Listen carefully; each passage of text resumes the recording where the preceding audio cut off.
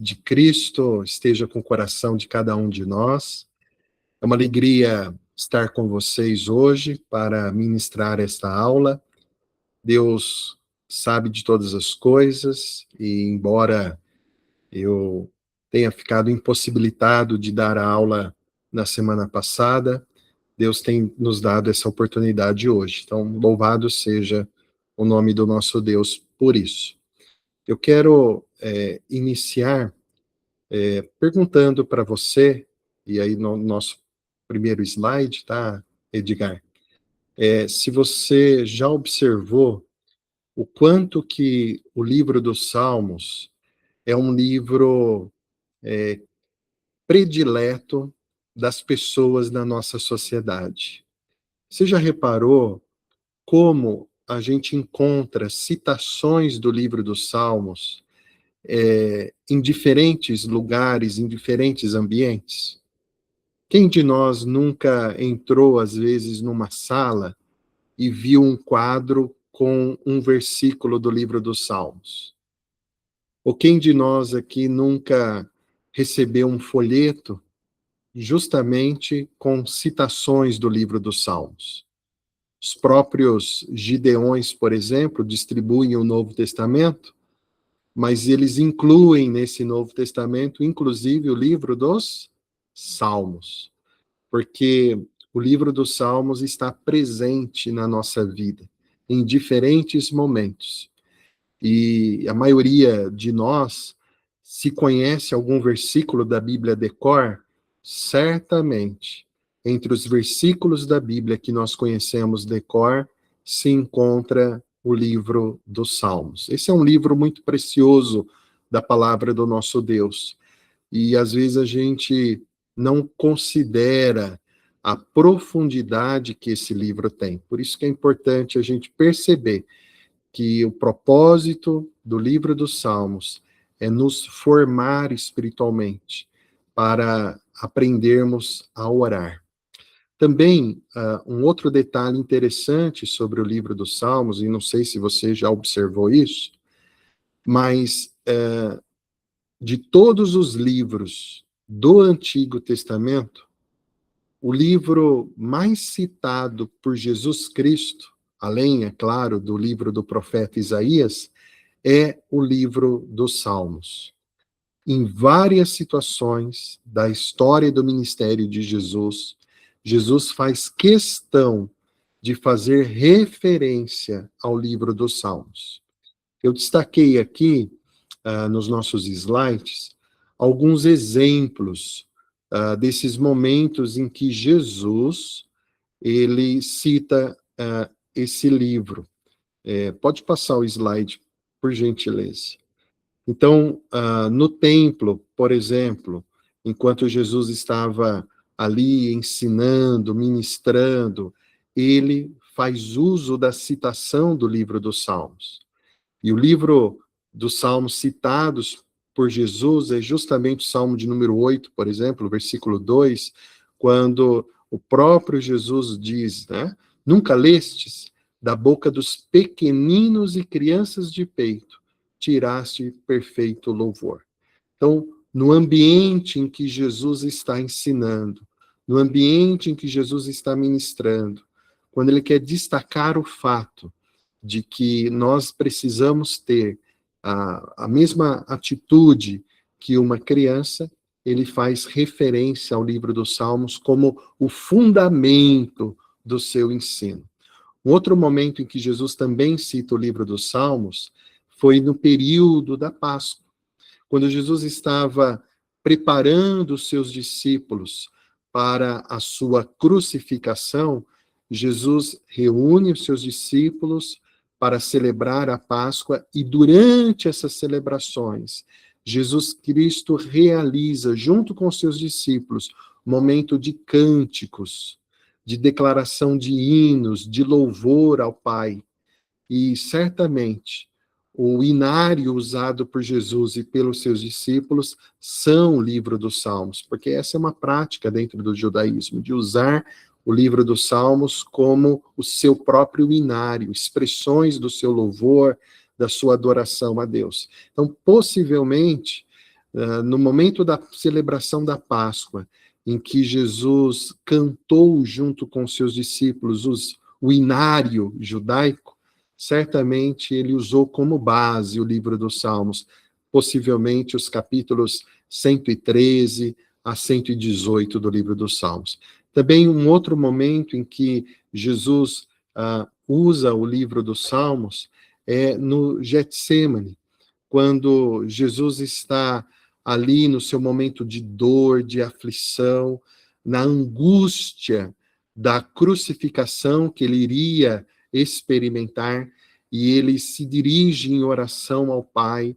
O próprio Jesus Cristo também utiliza o livro dos Salmos como a sua fonte de inspiração para buscar consolo, forças, para enfrentar a missão que ele tinha a cumprir, que era o da crucificação, que era entregar a sua vida em nosso favor. E certamente Jesus Cristo fez uso do tipo do livro dos Salmos, que são as orações de lamento, onde Jesus expressa diante do Pai a sua angústia. E nós sabemos o quanto Jesus de fato se angustiou antes mesmo da crucificação. Nós lemos nos evangelhos, por exemplo, aquele fenômeno que acontece com Jesus Cristo, em que ele soa sangue. E a gente sabe que é uma condição rara essa, mas é muito possível que alguém num estado extremo de angústia, de estresse, um estado extremo em que a pessoa está sendo pressionada, ela pode vir a sofrer uma dilatação, né, das veias capilares, e isso provocar esse tipo de sangramento, a semelhança de Jesus enquanto ele orava. Então, certamente, para encontrar forças para suportar a sua missão, Jesus Cristo buscou toda a inspiração também no livro dos Salmos, porque ele faz até citações do livro dos Salmos na sua experiência de angústia, quando ele clama ao Pai para que o Pai passe dele o cálice, mas que acima de tudo seja feita a sua vontade. Então são inspirações nos Salmos de lamento. Além disso, a gente vê o próprio Cristo na maior dor da sua angústia, na cruz, citando o Salmo de número 22, quando ele declara: Deus meu, por que me desamparaste? Ora, claro, a gente sabe que o Pai jamais abandona aos seus filhos. E certamente o Pai não abandonou o seu filho unigênito, porque o Pai estava presente ali na crucificação, pois a ira do Pai estava ali sendo exercida para que o Pai pudesse, através da sua ira castigada em Jesus, pudesse nos justificar dos nossos pecados. Então, a presença do Pai estava ali, exercendo o juízo. Mas, uma vez que Jesus estava experimentando a condenação do pecado sobre o seu corpo, sobre a sua vida, ele sentiu o quanto que o juízo, ele reflete esse desamparo, né? E ele é um desamparo porque quem é que pode nos livrar do juízo de Deus? Então Jesus, ele faz o clamor daqueles que no pecado estão perdidos. E o clamor é: estou desamparado. Mas a beleza dessa oração é o fato de que ali naquele juízo, Deus não está manifestando o seu abandono, mas ali naquele juízo, Deus está manifestando a sua graça, que mostra que Cristo Jesus experimentou a dor para que nós pudéssemos nos livrar da condenação. Então, Jesus, ele faz o grito do desespero, usando o livro dos Salmos. Mas nesse grito do desespero, ele nos apresenta o brado da salvação que vem do nosso Deus. Então, veja o quanto que o livro dos Salmos é fundamental no ministério de Jesus Cristo. É tão fundamental que quando Jesus ressurreto caminha perto dos dois discípulos que estão no caminho de Emaús, com um sentimento de desânimo, de incredulidade, de insatisfação pelo fato de Cristo ter morrido e eles agora sentirem que nada mais faz sentido, e eles decidem então voltar para sua casa, voltar para sua vida antiga. Jesus vai ao encontro deles, a fim de resgatá-los. E aparece diante deles no caminho de Emaús. Jesus expõe para eles toda a Escritura Sagrada para confirmar a eles de que a crucificação ocorrida foi cumprimento de todas as profecias das Escrituras Sagradas. E qual é um dos livros citados? É justamente o livro dos Salmos. Porque o próprio Jesus confirma que o livro dos Salmos, ele ensina a respeito dele. O livro dos Salmos fala a respeito de Cristo Jesus. Então, essa é toda a importância que o livro dos Salmos tem durante o ministério de Jesus Cristo. Então, é um livro central na caminhada de Cristo aqui na Terra. Diante do fato de que o livro dos Salmos está presente na nossa vida, e do fato de que Jesus sempre valorizou a mensagem do livro dos Salmos, cabe aqui a nós pensarmos quais são os propósitos do livro dos Salmos. Para que Deus nos presenteou com esse livro? Pois bem, o livro dos Salmos, eles surgiram como orações. Orações que foram escritas de maneira poética para compor o inário da adoração pública do povo de Deus. O livro dos Salmos, em essência, ele é pura poesia. E ele é pura poesia que sempre foi utilizado como o inário do povo. Quando se reunia para adorar a Deus, eles recitavam o livro dos Salmos. E eles cantavam o livro dos Salmos. Porque o povo de Deus sempre entendeu que o livro dos Salmos é a expressão do povo para falar com Deus. De modo que o livro dos Salmos sempre serviu para formar o povo de Deus na prática da oração, na prática da adoração. Então, o livro dos Salmos, ele existe para nos ensinar a nos aproximar de Deus de maneira sincera, para falar com Deus, para nos comunicar com Deus de maneira íntima. É interessante que o livro dos Salmos, ele é composto por toda a história do povo de Israel. É uma história de cerca de 10 séculos. A gente percebe que o livro dos Salmos, ele compõe orações desde o tempo de Moisés até os tempos do exílio e pós-exílio babilônico. Então, percorre toda a história do Antigo Testamento.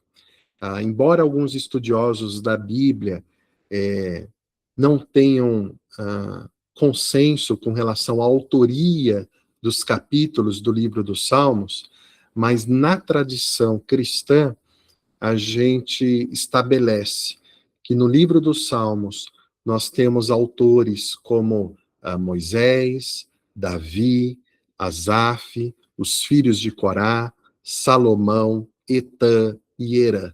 E diante desses escritores, a gente percebe que o livro dos Salmos compõe orações desde o período do livro do Êxodo, quando narra a libertação do povo de Israel do Egito, até mesmo a história, por exemplo, dos períodos de Neemias, de Esdras, quando após o exílio a cidade de Jerusalém precisa ser reconstruída.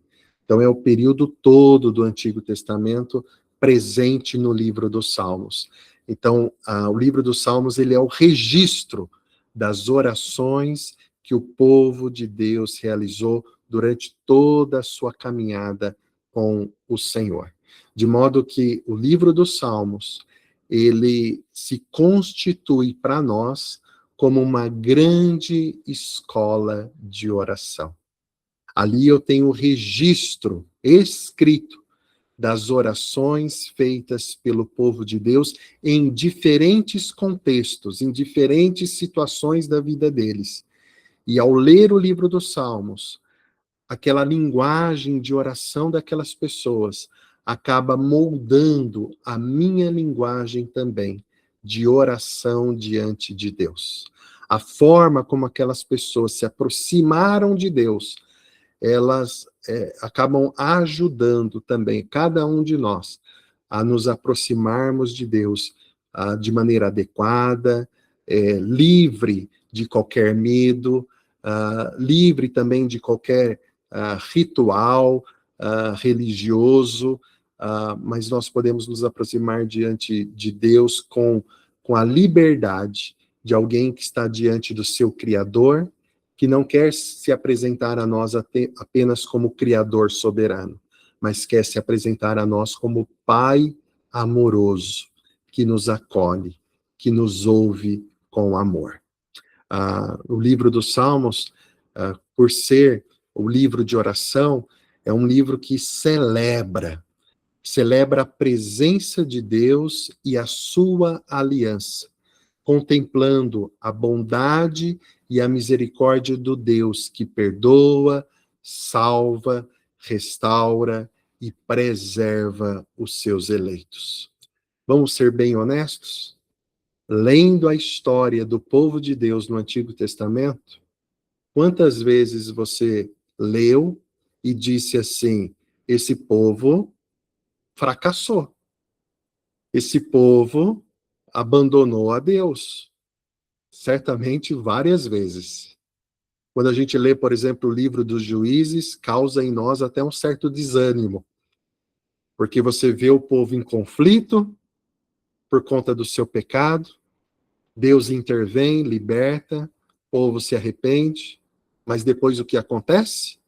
Novamente o povo cai no pecado, entra em opressão, mais uma vez Deus tem que intervir. Então a gente olha e diz: poxa, esse povo fracassou, por que Deus não desiste? Deus não desiste porque ele é fiel à sua aliança, e ele é um Deus perdoador. E o livro dos Salmos nos ajuda a ter consciência profunda desse grande amor de Deus. Também, o livro dos Salmos, ele nos mostra a esperança do povo em um mundo marcado pela queda. E mostra que essa esperança, ela se encontra no Deus Criador, Rei, Messias, que a seu tempo governará toda a terra com justiça em louvor da sua glória. Nosso Deus, ele é aquele que se revela a nós como Deus que é o autor da vida, mas que continua governando toda a história, apesar do caos provocado pelo pecado.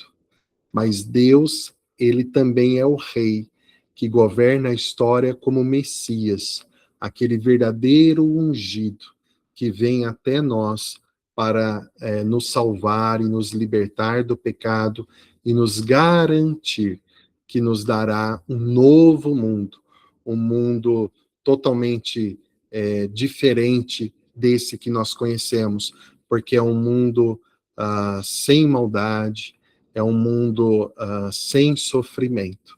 Então, o livro dos Salmos, ele nos ajuda a perceber de maneira mais profunda a esperança que nós temos em Cristo Jesus, a esperança que nós temos no novo mundo que o Senhor vai nos dar. Então, diante do caos que a gente vive, vendo nos noticiários sempre uma má notícia, que nos entristece, que nos angustia, ao ler o livro dos Salmos, os Salmos têm o poder vindo de Deus para dissipar o nosso medo, porque o livro dos Salmos mostra para nós que o caos está presente nesse mundo, que o governo desse mundo realmente é um governo opressor, corrupto, injusto, mas o livro dos Salmos nos lembra que ao invés de nós procurarmos salvadores que vêm dos homens, nós precisamos continuar reafirmando que a salvação vem somente do nosso Deus. Por isso que, como cristãos, nós somos chamados não a ter um homem ou uma mulher como o salvador da pátria, ou o salvador do mundo, mas nós precisamos continuar como cristãos, declarando que o Salvador da nossa vida, da nossa pátria, do nosso mundo é um só, que é o Deus que se fez homem, que habitou entre nós. O livro dos Salmos nos ajuda a reforçar ainda mais essa convicção. Além disso, nós encontramos no livro dos Salmos, portanto, alguns temas que são centrais. Eu destaquei aqui alguns apenas para a gente refletir na medida que lê o livro dos Salmos. O livro dos Salmos, ele desenvolve o seguinte tema: o rei Messias estabelecerá o seu reino, que é o reino perfeito. Deus continua soberano sobre a terra, ainda que o mal pareça governar. Na verdade, quem de fato governa não é o mal, mas é Deus. Deus tão somente permite que o mal atue por consequência do pecado, para que a gente tenha oportunidade de arrependimento. Mas o governo soberano ainda está nas mãos de Deus. Ele não perdeu o controle. Os povos da terra, todos, serão julgados por Deus. Mas também entre todos os povos da terra, Deus está chamando pessoas para fazer parte da sua aliança. Aliança que não foi feita só com o povo de Israel. Aliança que foi feita primeiramente com o povo de Israel, mas com o propósito de abençoar todas as famílias da terra. O livro dos Salmos trabalha isso de maneira grandiosa. Né?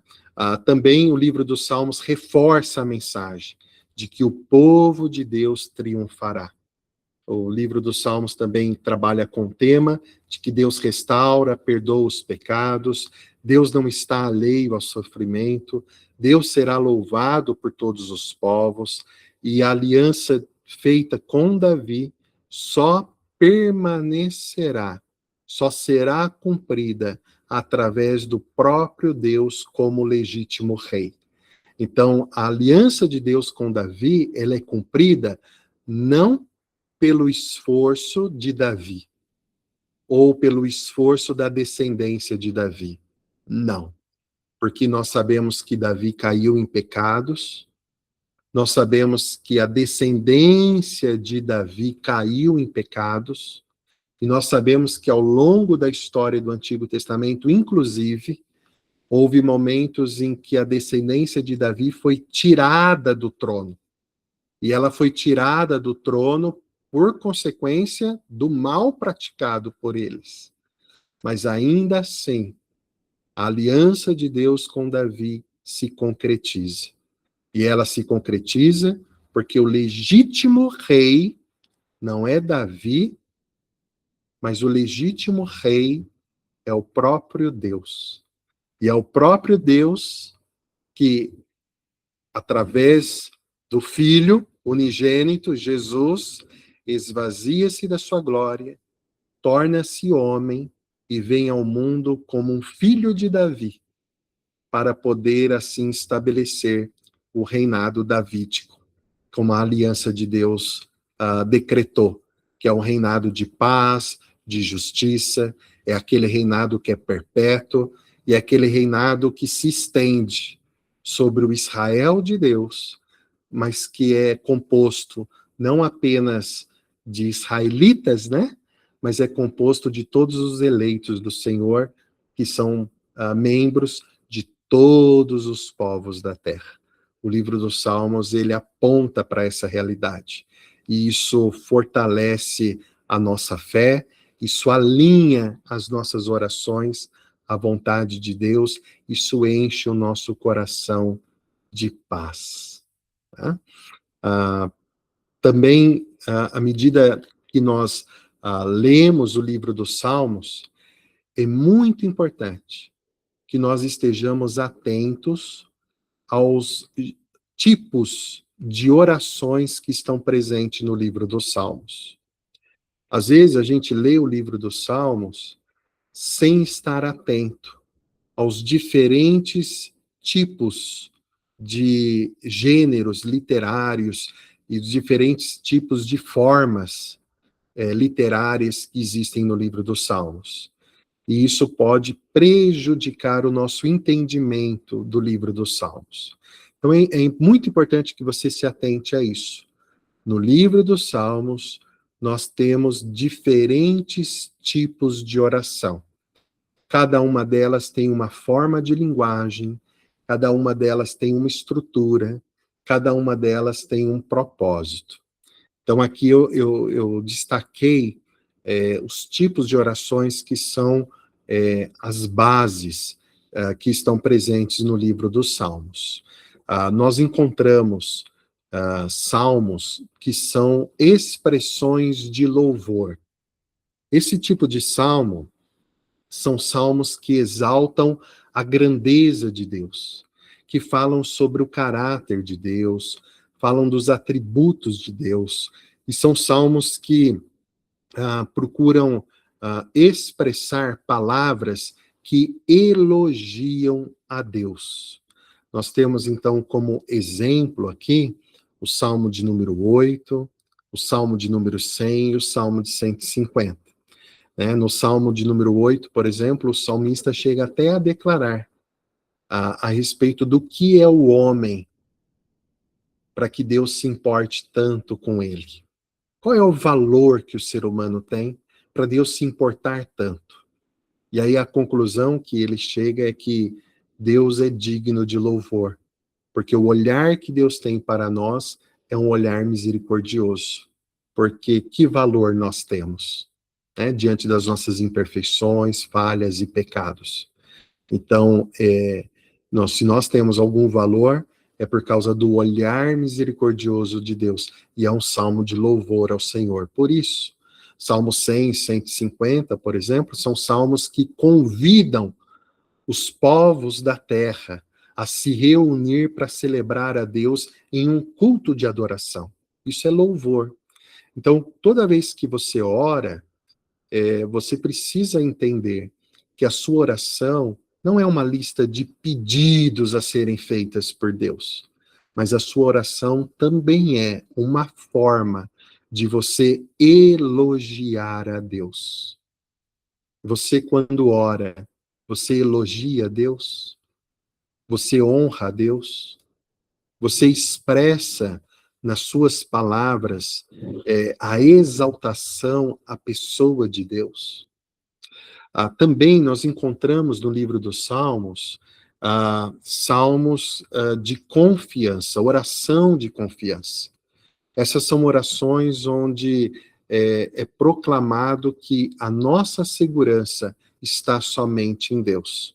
Então, o Salmo 23, Salmo 27 são exemplos disso. Quando o salmista No Salmo 23, apresenta Deus como o pastor que cuida da sua ovelha, mas também apresenta Deus como bom anfitrião, que cuida do seu hóspede e protege o seu hóspede até dos inimigos. São salmos que mostram que nós podemos confiar em Deus, podemos saber que Deus é digno da nossa fé, né? Porque Deus não nos decepciona, ao contrário, Deus nos surpreende, fazendo muito mais do que a gente é capaz até de imaginar.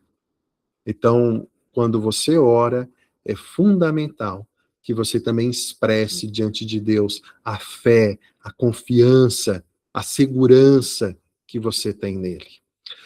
Também, um outro tipo de salmos que a gente encontra, que é uma forma de oração, e é uma forma de oração talvez não tão conhecida por nós, né? É o Salmo de Lamento. O que é o Salmo de Lamento? São aquelas orações onde, de maneira sincera, honesta, você apresenta diante de Deus a sua dor e apresenta diante de Deus os seus sentimentos, sejam eles de dúvida, de medo, de revolta. Você apresenta eles diante de Deus sem querer disfarçar. O Salmo de número 13, 22, são exemplos de salmo de lamento. O Salmo 13, por exemplo, o salmista tem coragem de se aproximar diante de Deus em oração e dizer: Senhor, até quando? Até quando se esquecerás de mim? Para sempre? Então, veja, Deus se esquece de nós? Obviamente, não. Mas no sofrimento, você sente que foi esquecido por Deus? Provavelmente, sim. Mas você, em oração, já questionou Deus? Até quando Deus se esquecerá de você? Pois bem, o Salmo 13 faz esse questionamento. Mas pode fazer isso? Veja, diante de Deus, nós não precisamos usar máscaras. Diante de Deus, nós não precisamos escolher as palavras. Nós podemos abrir o coração com sinceridade. Afinal, Deus já nos conhece por inteiro. Deus nos conhece por completo. E o lamento é essa oração sincera. E qual é a diferença de lamento e a murmuração? Porque murmuração é pecado. Eu costumo dizer o seguinte: lamento é reclamar de barriga vazia. Já a murmuração é o reclamar de barriga cheia. Eu costumo dar esse exemplo, porque reclamar de barriga vazia é você expor um desabafo diante de algo que realmente está provocando sofrimento. Agora, reclamar de barriga cheia é reclamar de algo que não está verdadeiramente doendo, porque nós estamos sendo supridos. Então, procure olhar para a sua vida e na experiência de sofrimento real, tenha liberdade para colocar a sua dor diante de Deus. O livro dos Salmos ensina você a fazer isso, porque no livro dos Salmos tem muitas orações de lamento. São orações em que a dor é colocada nas mãos de Deus. Mas também no livro dos Salmos nós encontramos orações de gratidão. Como é difícil, né? A gente está tão acostumado a fazer da oração uma lista de pedidos, ou uma lista de informativos para Deus, como se tivéssemos apresentando para Deus aquilo que Ele precisa fazer com urgência para nós. Mas veja, nós precisamos entender que a gratidão é fundamental para a nossa espiritualidade. E a gratidão é fundamental para reconhecermos o que Deus tem feito por nós, tanto conforme o que pedimos, quanto o que Deus tem feito além do que pedimos. E nós precisamos transformar as nossas orações em uma lista de gratidão. Deixar de lado a lista de pedidos um pouco e fazer uma lista de gratidão. E eu quero, inclusive, encorajar você a fazer isso. Faça uma lista de gratidão e ore ao Senhor expressando a sua gratidão a Ele, dizendo: Senhor, muito obrigado. Eu te amo. E apresentando as razões por isso. O livro dos Salmos está cheio de ações de graças. Também encontramos no livro dos Salmos orações messiânicas. O que são orações messiânicas? São as orações que diretamente apontam para a realeza de Cristo, para a salvação em Cristo, apontam para a vinda de Cristo. E apontam tanto para a primeira vinda de Cristo, quanto até para a segunda vinda de Cristo, pois fala do seu reinado, fala do seu poder, fala do seu juízo, fala da sua salvação. E é fundamental, quando nós lemos esses salmos messiânicos, a gente possa perceber quanto que é importante nas nossas orações, as nossas orações serem também orações cristocêntricas, orações em que falamos da obra de Cristo realizada em nós. Isso fortalece a nossa fé. Encontramos também salmos de sabedoria, que são orações que exaltam o valor que a palavra de Deus tem na nossa vida. São salmos que exaltam o poder de Deus em dar a nós orientação, em nos ajudar a tomar decisões na nossa vida. Então, por exemplo, o Salmo 1, Salmo 73 e até o Salmo 119 são exemplos disso. Veja, o Salmo 119 é o salmo inteirinho falando sobre a lei do Senhor, os mandamentos do Senhor, os seus preceitos. E qual é o valor desse salmo? É mostrar para nós a riqueza da sabedoria de Deus, a riqueza da revelação de Deus para nós, da lei do Senhor para nós. E nós precisamos também ler esses salmos como uma forma de orar, reconhecendo que a perfeita sabedoria vem de Deus para nós. Também nós temos salmos que são orações imprecatórias. Salmos imprecativos. Que nome feio esse, né? Imprecativo. Mas esse é um dos salmos que talvez a gente tenha até vergonha de ler em voz alta. Talvez, eu diria até que salmos imprecatórios são salmos que normalmente a gente não lê na nossa igreja.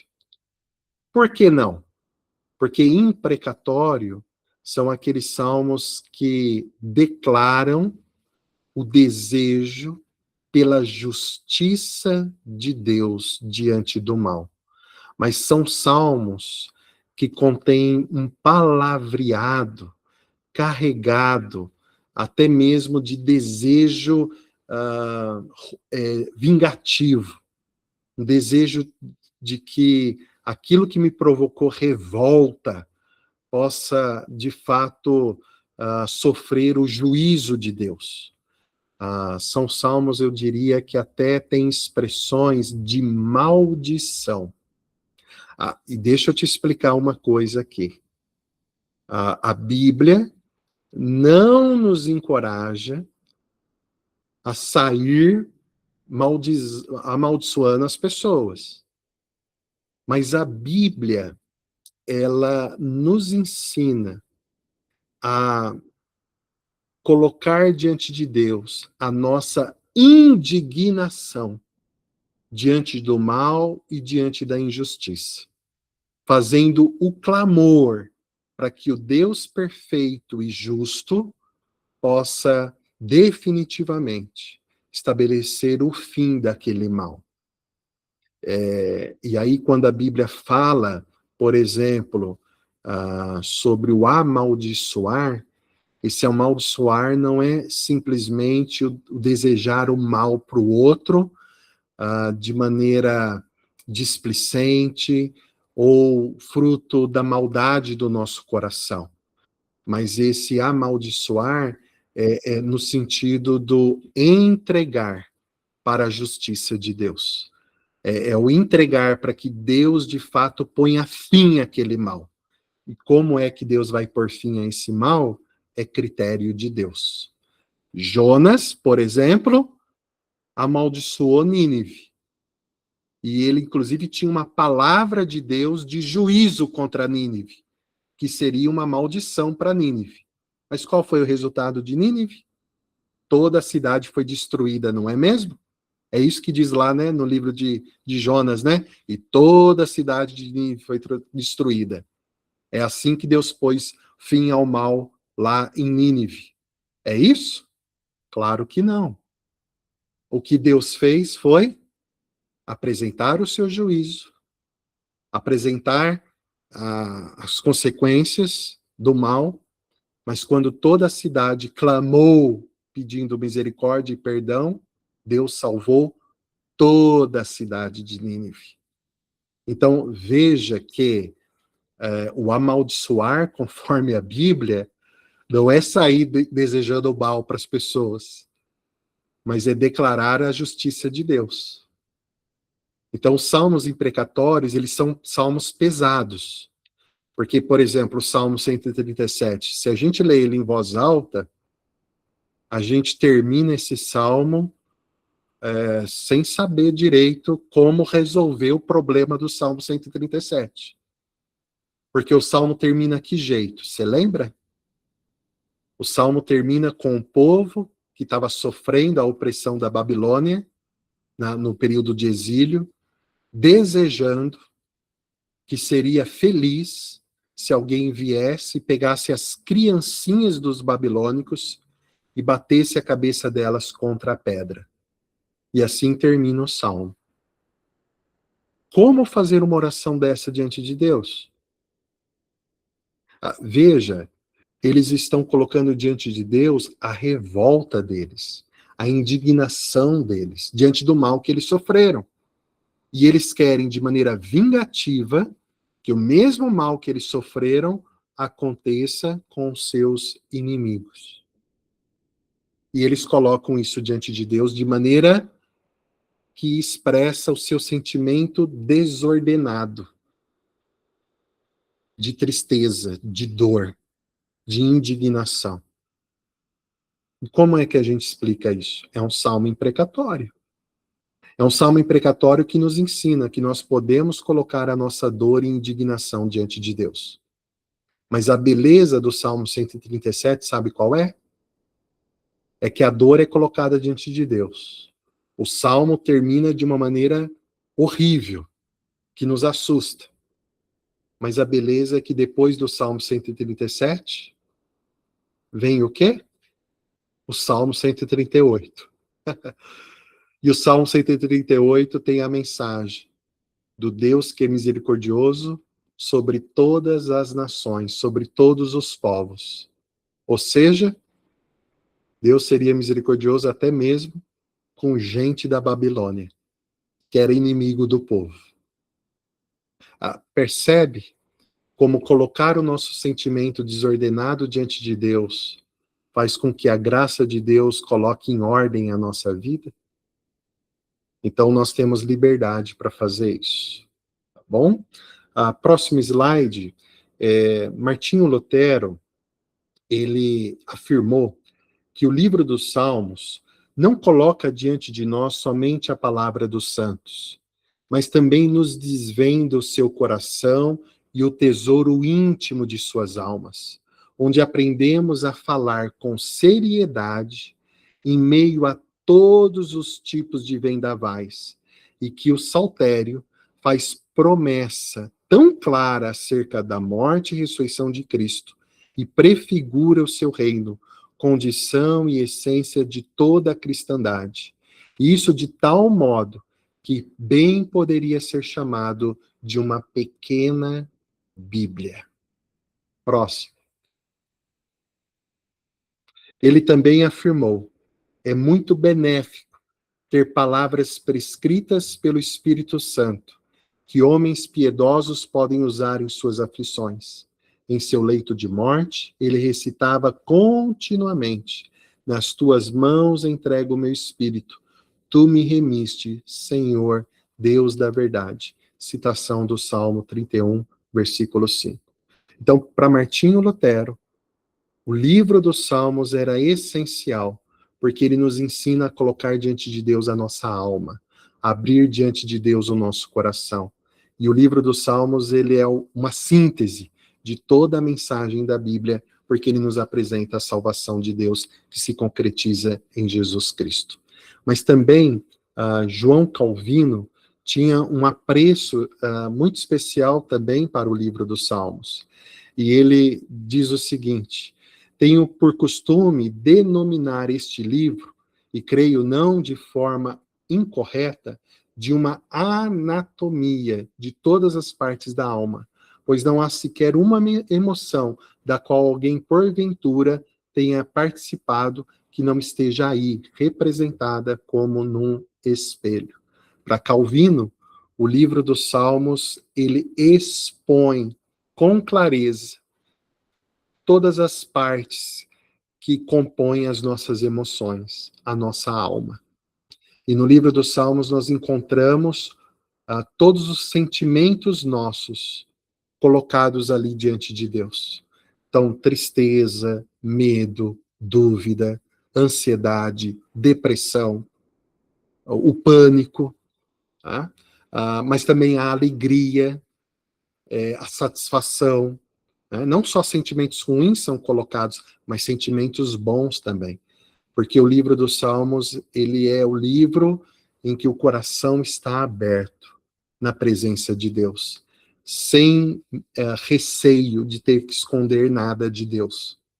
E sem receio de esconder nada de Deus, não só porque Deus conhece tudo, mas porque nós também aprendemos a tudo revelar diante de Deus, porque aprendemos a confiar nele, como nosso Pai amoroso, e não há nada a esconder dele. Então, essa é a beleza do livro dos Salmos, que se torna o nosso livro de oração. Tá? Também Calvino vai dizer, né? Ou melhor, o Espírito Santo aqui, no livro dos Salmos, extirpa da vida todas as tristezas, as dores, os temores, as dúvidas, as expectativas, as preocupações, as perplexidades, enfim, todas as emoções perturbadas com que a mente humana se agita. A genuína e fervorosa oração provém, antes de tudo, de um real senso de nossa necessidade e, em seguida, da fé nas promessas de Deus. Os salmos são inspiração do Espírito Santo, que nos mostra que Deus reorganiza a nossa vida, reorganiza o nosso pensamento, os nossos sentimentos. Por isso, o livro dos Salmos deve ser o nosso livro de oração. Né? Portanto, através de uma leitura atenta das composições inspiradas, que os homens serão mais eficazmente despertados para a consciência de suas enfermidades e, ao mesmo tempo, instruídos a buscar o antídoto para a sua cura. Numa palavra, tudo quanto nos serve de encorajamento, ao nos pormos a buscar a Deus em oração, nos é ensinado neste livro. O livro dos Salmos, ele nos ensina, de fato, a caminhar segundo a vontade de Deus e a organizar a nossa vida para a glória do nosso Deus. Próximo slide. Nós temos também a citação de Dietrich Bonhoeffer, que inclusive tem livros a respeito de meditações baseadas no livro dos Salmos. E ele diz o seguinte: se a Bíblia também contém um livro de orações, isso nos ensina que a palavra de Deus não engloba apenas a palavra que Deus dirige a nós, inclui também a palavra que Deus quer ouvir de nós, que é a graça imensurável. Deus nos diz como podemos falar e ter comunhão com Ele. e nós podemos fazê-lo orando em nome de Jesus Cristo. Os salmos não foram dados para aprendermos a orar em nome de Jesus Cristo. Nenhum de nós sabe como orar, mas o livro dos salmos nos foi dado para que Deus nos ensine a falar as palavras que o agradam. Não porque Deus está preocupado com o nosso vocabulário, mas Deus está preocupado com o nosso coração diante dele. E o livro dos Salmos nos ensina como o nosso coração pode estar diante de Deus de maneira sincera, de maneira íntima, né, para desfrutar a graça do Senhor. De maneira prática, como nós podemos orar os Salmos? Pode passar. Primeira prática que nós devemos desenvolver ao orar o livro dos Salmos é ler os Salmos em voz alta, pausadamente. A gente está acostumado a ler a Bíblia, às vezes com o objetivo de concluir rápido a leitura. Só que a Bíblia não foi escrita para ser lida na velocidade máxima, igual a gente faz com os nossos áudios de WhatsApp. Às vezes a gente nem entende direito o que a pessoa falou, mas eu falo 2x. Porque a gente tem pressa. Não, a Bíblia foi escrita para que a gente deguste, para que a gente leia pausadamente. Na linguagem de Eugene Peterson, a Bíblia foi feita para a gente não só se alimentar dela, mas para a gente ruminá-la. Então nós precisamos ler o livro dos Salmos em voz alta.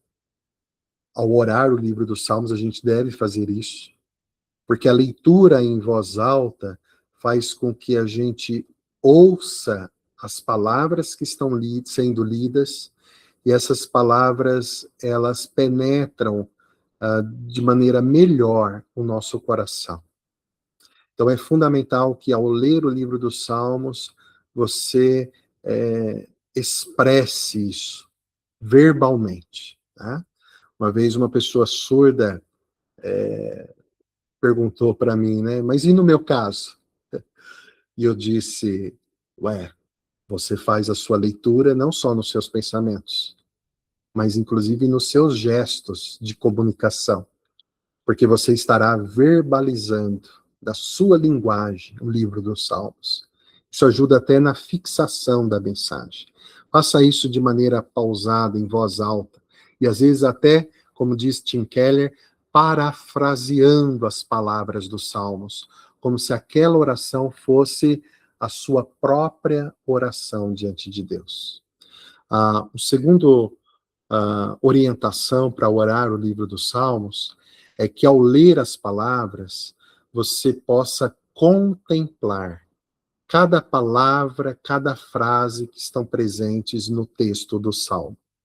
Não é apenas ler, mas é você estar atento aos verbos que aparecem, é você estar atento às frases que aparecem, e até mesmo fazer um exercício de imaginativo, de gastar um tempo visualizando aquele verbo, aquela ação, visualizando o sentido daquela frase. Isso vai fazer com que essas palavras, elas se derramem dentro de você como uma ação de Deus para trazer cura, fortalecimento, orientação para a sua vida. Terceira orientação é que também, ao orar o livro dos Salmos, você possa fazer, através da leitura dos Salmos, uma oração, mas uma oração inspirada no Salmo que você leu. Então, fale com Deus sobre o que você sentiu, o que você entendeu, o que você questionou ao ler o livro dos Salmos. Deixe ser movido pelas palavras do Salmo, para você também fazer uma oração com base naquele Salmo. Então, você lê um Salmo, por exemplo, de gratidão. Use as palavras do Salmo para também fazer a sua gratidão a Deus. Só um exemplo aqui breve. O Salmo de número 116 começa dizendo: amo o Senhor, porque ele ouve a minha voz, ele ouve o meu clamor. E aí o salmista dá o testemunho dele de como Deus o ouviu. Você pode ler esse salmo em voz alta, pausadamente, contemplar o que significa esse verbo amar, principalmente se referindo a Deus. E aí você pode então fazer uma oração também inspirado nesse salmo, dizendo: amo o Senhor, porque o Senhor também ouve a minha oração. E aí você pode relatar o seu próprio testemunho de experiência, onde Deus tem ouvido a sua oração. Tá? E isso pode acontecer em qualquer tipo de oração do livro do Salmo, como confissão, louvor, súplica, lamento e intercessão. Também, pode o próximo slide, é importante que ao orar o livro dos Salmos, você viva de uma forma concreta a mensagem, o desafio que o livro dos Salmos provocou em você. Toda vez que você lê o livro dos Salmos, há algo que Deus desperta no seu coração através dessa leitura. E você deve, então, refletir sobre isso, mas você deve colocar a mensagem desse livro em prática. Porque se você não colocar em prática, não serviu de nada. Porque a oração não é um ato passivo, mas a oração é um ato ativo, em que nós somos chamados a uma iniciativa também. Nós somos chamados a uma ação. Então, é orar mais agir. Então, ao orar o livro dos Salmos, o que o Salmo despertou em você? O Salmo despertou em você confessar o seu pecado? Confesse o seu pecado. O Salmo despertou em você reafirmar a sua confiança em Deus? Reafirme. O Salmo despertou você a servir melhor ao Senhor em alguma área da sua vida? Vai lá, faça isso. Então, a ação que o Salmo despertou em você, você responde com obediência a Deus. E assim, a mensagem desse Salmo estará presente na sua vida e essa oração terá valor diante de Deus. Tá? Para terminar, Dietrich Bonhoeffer diz: se queremos orar com segurança, com verdade e profundidade, devemos aprender a orar com Cristo nos Salmos. Então, que Deus possa nos abençoar nisso, que Deus possa nos ajudar a estar fortalecido com isso. Nós temos mais alguns slides, mas o horário avançou. Aí eu não sei, Edgar, a gente segue. Não, eu acho que deve. Vamos, pelo menos, você dar uma panorâmica, né? São Só uma poucos. panorâmica, né? É uma Ok, panorâmica, porque ok. Então realmente. pode avançar, por Ou gentileza, tá então bom? vamos fazer diferente. Vamos fazer diferente. Os slides que vêm já vão fazer parte do Salmo 2, né? Orando, porque no É, primeiro, o ano passado, você veio até aqui, né? Então, isso. a gente guarda para o aprofundamento para o próximo encontro, que não vai demorar. Pode ser, Que é então. melhor. Então, perfeito. Tá ótimo. Então, Maravilha. perfeito. Então, que Deus abençoe, agradeço a todos. E se houver qualquer dúvida também, acho que pode ficar à vontade, né? Se não puder fazer agora a sua pergunta, depois, até no particular, o Edgar pode até disponibilizar o meu contato, pode ficar à vontade, tá bom? Ótimo. Maravilha.